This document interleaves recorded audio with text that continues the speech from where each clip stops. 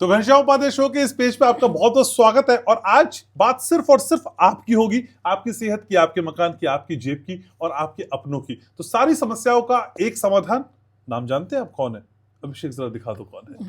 मेरे साथ है वर्ल्ड फेमस, बहुत खूबसूरत ऋतु सिंह। कैसी ऋतु जी आप? बहुत अच्छी, बहुत अच्छी। आप कैसे हैं? मैं जब आपसे मिलता हूँ तो आपकी बिंदी पे सबसे पहले बात करता हूँ। अभिषेक बिंदी फोकस करेंगे और बताएंगे कि बिंदी क्या कहती है आज। आज तो बिंदी बहुत कॉमन बिंदी है जो मैं अक्सर लगाती हूँ। और मेरी निगाह क्यों इसी पे टिकती है हमेशा? इस पर इसलिए टिकती है कि कुछ ना कुछ तो मैं उसमें एक्सपेरिमेंट करती हूँ ना, इसलिए। तो आज की बिंदी क्या कहती है? आज की बिंदी में देखिए, क्योंकि आज हमारा पॉडकास्ट भी वृंदावन पे था ना, उज्जैन और वृंदावन। तो जब हम भस्मी लेते हैं और उसमें थोड़ा सा चंदन मिक्स कर लेते हैं, अच्छा, तो जब वो भस्मी और चंदन का जो सम्मिश्रण वो जब हम लगाते हैं ना अपने, जैसे मैं बिंदी लगाती हूँ उसके नीचे लगाती हूँ थोड़ा सा, तो आज वो लगाया हुआ है मैंने। तो उससे आपको हरि हर की कृपा मिलती है। अच्छा, कृष्ण भी आपके और शिव भी आपके। हाँ, दोनों जगह। तो ये मोहिनी तिलक है, हर जगह सेटिंग है आपकी। ये हरिहर को रिझाने के लिए मोहिनी तिलक है। अभी आप उज्जैन गई और उज्जैन की कई सारी चीजें मैंने आपके जरिए समझी और देखी, लेकिन उज्जैन में माँ कामाख्या का मंदिर, ये बहुत मेरे लिए अलग था। अरे आपके लिए क्या, बहुत सारे मेरे भी क्लाइंट्स, बहुत सारे लोग, उनको पता ही नहीं था कि जब मेरी रील अभी मैंने इंस्टा पे, आपने देखा होगा, कामाख्या मंदिर की पूरी डाली है। बहुत सारे लोगों को नहीं पता कि वहाँ पे सेम जो असम में गुवाहाटी में माँ कामाख्या का स्थान है ना, बिल्कुल सेम वैसे ही स्वयंभू प्रकट है माँ कामाख्या। वही रसगुल्ला का कपड़ा, बिल्कुल वही सब कुछ सेम। 3 दिन के लिए मंदिर बंद होता है। अच्छा। और वहाँ पे रखा जाता है और वो सबको प्रसाद रूप में मिलता है। वहाँ का सिंदूर, ये मुझे पता तो था, मैं भी बहुत, मतलब मुझे भी इतना नहीं था। अभी मैं इस टाइम ही गई, मतलब पहली बार मैं वहाँ पर गई ढूंढते ढूंढते कि माँ कामाख्या का है वहाँ पर कुछ, लेकिन वो थोड़ा सा एक तो आउटर में है, लोगों को उतना, और बहुत होता है ना कि जैसे बोर्ड भी नहीं लगे हैं तो लोग जाने में थोड़ी परेशानी होगी। लेकिन आप पहुंच गए ना, आपको अलग ही ऊर्जा वहां मिलेगी। शिप्रा नदी के बिल्कुल तट पर, अच्छा, बिल्कुल सेम माँ कामाख्या की ऊर्जा है। और वहाँ पूजा भी कराई मैंने। और अभी भी मेरा बहुत प्लान है कि जो लोग हैं, जो परेशान लोग हैं, तो जो कामाख्या वहाँ नहीं जा पाते हैं, तो वहाँ पर भी हम अनुष्ठान कर सकते हैं। तो कौन कौन सी जीवन की समस्याएं मेरे व्यूवर्स की वहाँ जाकर खत्म हो जाएंगी? कामाख्या का मतलब क्या है? कोई भी इच्छा पूर्ति, कामना पूर्ति के लिए माँ का स्वरूप जो है, कोई भी आपकी ऐसी कामना जो बहुत समय से पूरी नहीं हो पा रही है, आप वहाँ कर सकते हैं। दूसरी बात देखिए, माँ कामाख्या का जो स्वरूप है, तो किसी किसी की कुंडली में कुछ ऐसी समस्याएं होती हैं जो कि आपको ग्रहों से नहीं उतना समझ में आता है ना। खास तौर से शुक्र से संबंधित समस्या होती है, तो उसके लिए वहाँ पर अनुष्ठान किया जाता है। माँ कात्यायनी का अनुष्ठान वहाँ होता है, माँ शतचंडी का हवन होता है। और जो मैं बार बार अपराजिता अनुष्ठान की बात करती हूँ, माँ देवी का अपराजिता स्वरूप, वो भी वहाँ पर पूजा की जाती है। और अपराजिता अनुष्ठान के बारे में डिटेल में हमने पॉडकास्ट में बात की है, तो वहां जाकर आप देख सकते हैं। लेकिन ये बताइए, मैंने कई एस्ट्रोलॉजर्स के साथ पॉडकास्ट किया और सबने कहा कि भाई अप्रैल मई में बैंक से पैसे निकाल लो, ये सब बंद होने वाला है, क्रैश होने वाला है, उड़ने वाला है। ये आपने मुझे बोला कि नहीं, ऐसा कुछ नहीं घनश्याम, रखे रहे जो भी है, थोड़े बहुत रखे रहे। मैंने आपको 3-4 महीने पहले ही बोल दिया था, ऐसा कुछ नहीं होगा। किसने, महादेव ने बताया था कि कान्हा ने बताया था? मुझे सब महादेव ही बताते हैं। कान्हा जी उतना नहीं बताते, वो छुपाते हैं। महादेव जी देखिए, ऐसा इसलिए नहीं, व्यवहारिक तौर पे भी आप बात कीजिए ना। अगर आप अब बार बार ये सब बातें होती हैं, आप ये निकाल लीजिए विश्व युद्ध हो जाएगा, प्रैक्टिकली हम लोग पढ़े लिखे लोग हैं ना घनश्याम जी, ऐसी बातें क्यों करनी है कि जो प्रैक्टिकली संभव ही नहीं है। कहाँ ऐसा संभव है क्या कि पूरे के पूरे बैंक बंद हो जाएंगे, पैसा करप्ट हो, ऐसा कैसे संभव है? विश्व युद्ध की बात आपको पता है, दूसरे विश्व युद्ध के बाद देश दुनिया की क्या हालत हुई थी? आधी आबादी खत्म हो गई। आप सोचिए, पुरुषों की संख्या कम हो गई। अगर आप इतिहास पढ़ते हैं, हिटलर ने जब सुसाइड की, आप बताइए, उसने अपने सनक के लिए किया, ठीक है, लेकिन बाद में क्या हुआ? उसके बाद जो स्थिति हुई फाइनेंशियली, जो अर्थव्यवस्था कहाँ चली गई। तो आज कौन सा देश इस स्थिति में है कि उस स्थिति को दोबारा झेल पाए? ठीक बात है। तो क्योंकि उस समय जब न्यूक्लियर अटैक किया अमेरिका ने, बाद में वहां के राष्ट्रपति का भी एक है कि माफीनामा, कि उनको नहीं पता था कि ये स्थिति होगी। हिरोशिमा नागासाकी में आज भी वही स्थिति आप देख रहे हैं, आज तक पीढ़ियां दर पीढ़ियां भुगत रही। तो ऐसा कौन सा देश है जो ये कर सकता है, ये बचकाना? तो ये प्रैक्टिकल तौर पे अगर लोग पढ़े लिखे हैं, आपको नॉलेज है देश की, दुनिया की और सिचुएशंस की, तो वो ऐसी बात करेंगे ही नहीं ना। तो भ्रम न फैलाए। ठीक है, लेकिन देखिए, अब इस बातचीत में तो मैं आपसे खूब सारी रेमेडीज लेता हूँ, कोर्ट केस को सुलझाने की ऐसी रेमेडी जो सालों से चलता हुआ कोर्ट खत्म हो जाए? अब देखिए, बार बार मैं अपराजिता की बात कर रही हूँ, फिर आपने वही पूछ लिया। मैं बताने नहीं दूंगा पर उसमें ज्यादा क्योंकि वो पॉडकास्ट में है। फिर आपने पूछ लिया। इससे अच्छा कुछ नहीं है। अच्छा, बिल्कुल मैजिक उपाय, अपराजिता मतलब जो आपको हमेशा पराजित न होने दे। और कोर्ट केस में क्या होता है, आपको विजयी होना होता है ना। बात है। आप करके देख लीजिए, आपका जितना, जरूरी नहीं कि आप पूरा अनुष्ठान कराइए, आप खुद अपराजिता स्रोत आता है, बुक आती है हनुमान चालीसा जैसी, आप खुद पढ़ना शुरू कर दीजिए उसको, आप ऑडियो सुनना शुरू कर दीजिए, आप देखिए ना आपका केस कैसे आपके फेवर में नहीं आ जाएगा। ओके। और दूसरा उपाय कि माँ पीताम्बरा, माँ बगलामुखी का हवन, क्योंकि वो होता ही शत्रुनाश के लिए है। और मतलब इस बार की मैं आपको छोटी सी घटना बताऊं, मैंने जब हवन किया, बार बार पंडित जी कह रहे थे जब मैं हवन कर रही थी कि शत्रुओं का नाम लीजिए, आप वीडियो में देख सकते हैं, बार बार पूछ रहे हैं। अब मुझे याद ही नहीं आ रहा, 3 बार उन्होंने आहुति रुक गई मेरे समझ नहीं आ रहा है। मैंने कहा मेरा कोई शत्रु है ही नहीं। अंत में फिर मैंने कहा जो हमारे अपने शत्रु हैं, जो काम क्रोध मय मोह है ना, मोह मद मोह, इन्हीं को, तो इनके नाश के लिए भी वो हवन किया जा सकता है। लोगों में क्या है कि भाई शत्रु है तभी हम माँ बगलामुखी का हवन करेंगे, अपने आंतरिक शत्रुओं के नाश के लिए भी ये हवन कर सकते हैं। और कोर्ट केस के लिए 2 उपाय मैंने आपको ऐसे बता दिए, अपराजिता अनुष्ठान और माँ बगलामुखी का हवन। आप करा के देख लीजिए, आपके फेवर में कोर्ट केस होगा। लेकिन आप जानती हैं कि मैं जब आप आती हैं तो पैसे की बात जरूर करता हूँ। वो बिल्कुल करते हैं। वो बिल्कुल सबको पैसा चाहिए, मुझको भी और आपको भी। पैसा खूब सारा आ जाए और ऐसा आए जो चंचल ना हो, जो स्थिर हो, हमारे पास हमारा बनकर रह जाए। बिल्कुल। देखिए, पैसे एक तो 2-3 चीज़ें हैं। एक तो घर में आप ना, लोगों को सबको शौक होता है पौधे लगाने का बहुत ज़्यादा। मैं अक्सर ना अपने जो अच्छे जो अपने लोग हैं, जुड़े हुए लोग हैं, उनके यहाँ लक्ष्मी कमल और कृष्ण कमल नाम के 2 पौधे होते हैं, वो लगवाती हूँ और पास रखवाती हूँ। ठीक है, तो अगर आपको मिल जाता है तो आप कृष्ण कमल और लक्ष्मी कमल अपने घर में लगाइए। और लक्ष्मी कमल को ही कभी-कभी ना, ये हम कहते हैं ना क्रासुला, जो जेड प्लांट होता है, उसको लगाइए। आपके घर में लक्ष्मी आएंगी। दिशा का बहुत महत्व है। घर के नॉर्थ ईस्ट में अगर आप लक्ष्मी कमल का पौधा लगाते हैं, आप देखिए पैसा कैसे नहीं आएगा, खिंच के आएगा। दूसरी बात, पर्स बदलते रहिए थोड़ा। अच्छा। ठीक है, हाँ, ये नहीं कि आप एक ही पर्स को बार बार यूँ, लक्ष्मी जी बोर हो जाती है। कितने टाइम में रखना है एक पर्स, कब तक रखें? देखिए, एक जो वॉलेट होता है ना, जो आपका, जिसको हम सिद्ध भी करते हैं, इत्र लगाते हैं, थोड़ा अक्षत रखते हैं, चांदी का सिक्का रखते हैं, अच्छा, है ना, और पीताम्बरी भगवान कृष्ण का स्वरूप है, पीला रंग। तो अपने पर्स के अंदर आपको जो हमें ना एक कपड़ा या फिर कुछ भी पीला रंग अवश्य होना चाहिए। ठीक है, क्योंकि विष्णु के पास ही लक्ष्मी आती है और पीताम्बरी स्वयं विष्णु का स्वरूप है। लोगों को नहीं पता कि लोग पर्स लेते हैं, अंदर लाल रंग ज्यादातर की लक्ष्मी माता को पसंद है। लक्ष्मी माता अपनी पसंद बाद में देखती है, पहले अपने पति की पसंद देखती है।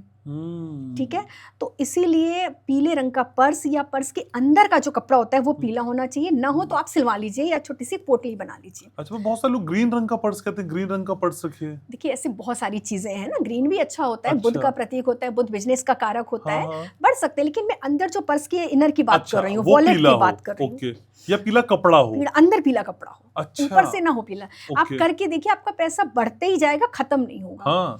एक तो जेड प्लांट लगाना है आपको। दूसरा आपको ये करना है, एक और इतना अच्छा उपाय बता देती हूँ। घर में हम लोग इतने रखते हैं सब सजावटी वस्तुएं।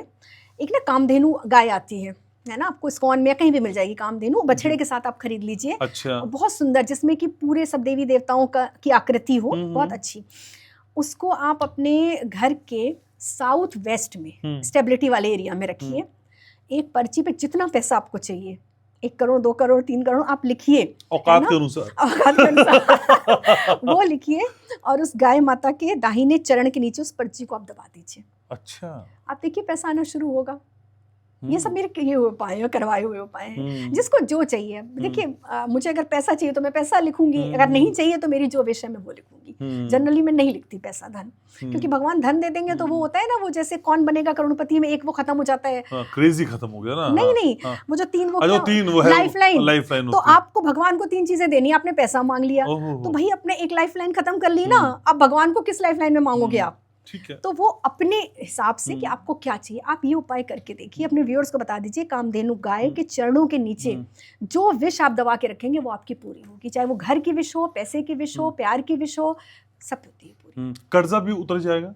कर्जे का आप लिखेंगे, कर्जा भी उतर जाएगा। पर कुछ और बताइए ना कर्जे के लिए, अब एक ही में सारी बता देंगे तो फिर दिक्कत हो जाएगी। कर्जे के लिए देखिए, पहले भी मैंने बताया था ऋण मुक्तेश्वर, भाई बहुत ज़्यादा है। मैं आपको क्या बताऊँ, आपके उस पॉडकास्ट के बाद कम से कम मेरे पास 100 लोगों के ऐसे फ़ोन आए घनश्याम जी कि जो ऋण मुक्तेश्वर गए और उनका कर्जा कम होना शुरू हो गया। वाकई कह रही हूँ। और मैं अभी गई भी थी और वहाँ मुझे कितने लोग मिले जिन्होंने ये कहा कि मैम आपका जो पॉडकास्ट देखा ऋण मुक्तेश्वर, हम आए और मिले, आप फोटो देखिएगा उज्जैन में, उज्जैन में ऋण मुक्तेश्वर आप करवा के देखिए भाई, बहुत चमत्कारिक मंदिर है। वहाँ दर्शन करना है, पीली पोटली चढ़ानी है, आपको कहीं ना कहीं से रास्ता मिलेगा, आपका कर्जा उतरने लग जाएगा। नहीं जा सकते हैं, चलिए एक छोटा सा उपाय और बता देती हूँ कि बजरंग बली को आप हर मंगलवार एक नारियल लीजिए, उस पर आपको सिंदूर और चमेली का तेल होता है ना जो चोला चढ़ाते हैं, वो मिला के उससे स्वास्तिक बनाना है उसी नारियल पे, और उसको मंगलवार को जाके हनुमान जी के चरणों में रख दीजिए। 5 मंगलवार कीजिए, तीसरे मंगलवार के बाद आप कहेंगे कि रास्ता बन गया है। अच्छा, उतर जाते हैं, बड़े से बड़ा कर्जा उतरता है। लेकिन संतान का सुख भी कई लोगों के जीवन में नहीं आ पाता, बच्चे के लिए बहुत परेशान रहते हैं लोग। संतान के सुख के लिए भी ये जो जगह मैंने आपको बताई ना, एक तो कामाख्या देवी, ठीक है, दूसरी मैंने अभी पॉडकास्ट में आपको बताया भांडीर वन, वहां पर एक कुआं है, भांडीर वन वृंदावन में। ओके। आप जाइए वहां पर, ये बहुत लोगों को पता ही नहीं है संतान के लिए, वहां पे अमावस्या के दिन उस कुएं का पानी ना थोड़ा वाइट सा हो जाता है, चेंज हो जाता है, कलर बदलता है। और अगर संतान नहीं, आप जाके अमावस्या के दिन वहीं पे ना, वो भी बने हुए हैं रहने के लिए गेस्ट हाउस टाइप के उसी मंदिर में, क्योंकि वहाँ जाना है और जिसको संतान चाहिए उस स्त्री को सुबह स्नान करना है, करीब 3 दिन तक स्नान करना है, अमावस्या से लेके 3 दिन तक। और ये मतलब मैंने कितने लोगों को वहाँ भेजा, कितने लोगों को वहाँ भेजा, सबकी गोद भरी। तो एक ही उपाय आप कीजिए। दूसरा, माँ कामाख्या के मंदिर जाइए और वहाँ अगर आप प्रार्थना करते हैं तो काम पूरी होती है। लेकिन जो बच्चे पढ़ना नहीं चाहते हैं, पढ़ाई में मन ही नहीं लगता, उन बच्चों को कैसे कान ऐंठ दे कि पढ़ ले वैसे हमारे ऐंठ लेंगे वो आजकल तो, पर लेकिन फिर भी नहीं, देखिए बच्चे, पढ़ाई तो करनी पड़ेगी, मेहनत तो करनी ही पड़ती है, केवल चमत्कार से कहाँ बच्चे हो जाते हैं। लेकिन फिर भी कुछ परिस्थितियां हम ऐसी बना सकते हैं बच्चों के अनुकूल, पढ़ाई के अनुकूल, है ना, क्योंकि 2 ही ग्रह रिस्पॉन्सिबल होते हैं, बुध एक बृहस्पति, एक स्टडी के लिए, ज्ञान के लिए, एक आपकी लर्निंग जो आपका प्रोसेस है मेहनत की। तो बुध के लिए अगर आप बच्चों के स्टडी टेबल पे ना एक जेड के जो ग्रीन कलर का होता है ना, उसके गणपति रखवाइए। अच्छा, मैंने बहुत अच्छा रिजल्ट देखा। किस डायरेक्शन में? नॉर्थ ईस्ट में। ओके, गणपति होने चाहिए जेड के। और दूसरा उपाय ना, एक ठोस हाथी, चांदी का एक ठोस हाथी लीजिए, बच्चे के आसपास वो रहे, स्टेबिलिटी के लिए, ज्ञान के लिए, गुरु के लिए। तो ये दोनों उपाय, 2 चीजें अगर बच्चों के स्टडी टेबल पे हैं, तो एक तो आप देखेंगे उनकी एनर्जी भी थोड़ी फोकस रहेगी, 1 घंटा पढ़ रहे हैं तो 2 घंटा पढ़ेंगे। दूसरी बात है कि ना, जैसे बच्चे आजकल क्या हो गया, बच्चों को आदत की एक दूसरे के पेन बुक्स शेयर करते हैं, ये उनका बंद करवाइए आप। ये बहुत गलत चीज़ें हैं। बच्चे ना अपना पेन दे देते हैं। मैं पता अपने बच्चों को क्या बोलती हूँ कि भैया तुम्हें और किसी को देना है, तुम्हें बहुत तो 2 पेन एक्स्ट्रा रख लो, लेकिन जिस पेन से आपकी एनर्जी जुड़ी हुई है, आप लिखते हो, उसको आप किसी को लिखने को मत दो। बहुत ज़्यादा, कई बार मैंने देखा है बच्चा टॉपर है और ये आदत है, उसका पेन गायब हो गया, है ना। कॉपी आपकी एनर्जी है, ये सब एनर्जी है, कॉपी पेन। हम लोग तो बचपन में कैसे सहेज के रखते थे, किसी को छूने नहीं देते थे। ये आपने नई बात बताई है, बहुत अच्छी है। और लोग इतनी बातें करते हैं, ग्रीन पेन, लाल पेन, आप एक गोल्डन पेन रखवाइए।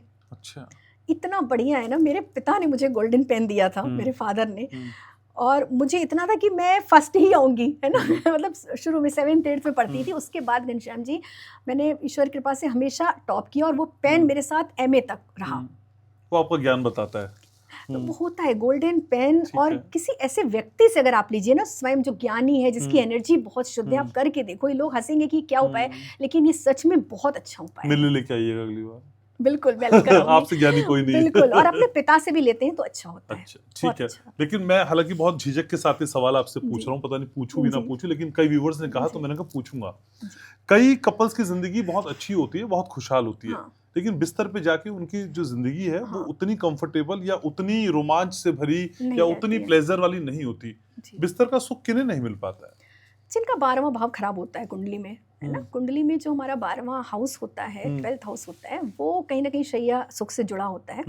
तो वहाँ कुछ अगर नीच के प्लेनेट हैं, कुछ ऐसी दृष्टि पड़ रही है या खराब हो गया, तो आप कुछ भी कर लीजिए, नहीं होता है। तो सबसे पहले तो आप कुंडली दिखाइए। अच्छा। उसके उपाय कीजिए। करा है, बहुत लोगों को करा है कि बहुत सी शादियां, आप बताना चाहें? हाँ, बहुत सी शादियां टूट गई इसी बात पे, है ना। बहुत सी शादियां टूट गई, तो पहले तो उसका उपाय करना होता है अब उसके लिए ना मेन देखिए, राहु भी कभी कभी खराब होता है ना, तब भी ये स्थिति आती है। राहु शुक्र की युति हो गई, मंगल शुक्र की युति हो गई, तो मंगल शुक्र की युति अगर है आपकी कुंडली में तो आपके एक्स्ट्रा मैरिटल तो रहेंगे, लेकिन आपका जो आपका कपल है, आपका पार्टनर है, उसके साथ आपके संबंध खराब हो जाएंगे। अच्छा।